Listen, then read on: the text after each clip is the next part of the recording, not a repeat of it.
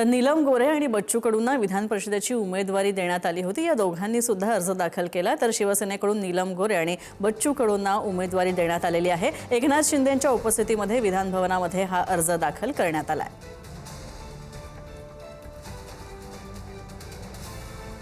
शिवसेनेने एक अनुभवी नेतृत्व नेत्या म्हणून ज्यांनी विधान परिषदेमध्ये काम केलं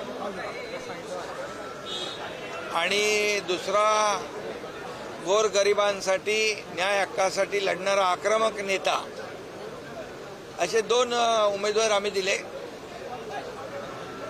अनुभव आणि गरिबांसाठी लढणारा आक्रमक नेता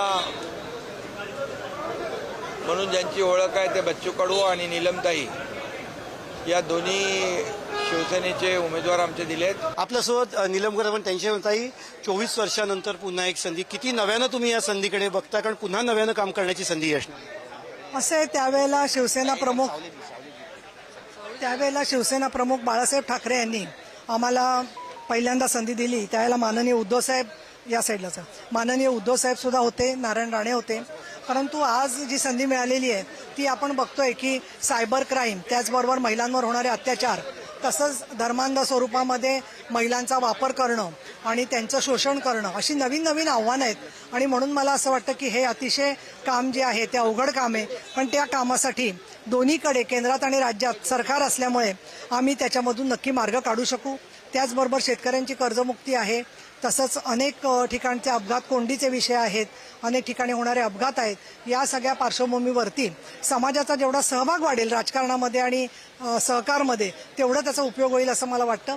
आणि त्याच्यामुळे आता नवीन पिढी तरुणांची जी आलेली आहे त्यांच्याबरोबर काम करणं उचित राहील।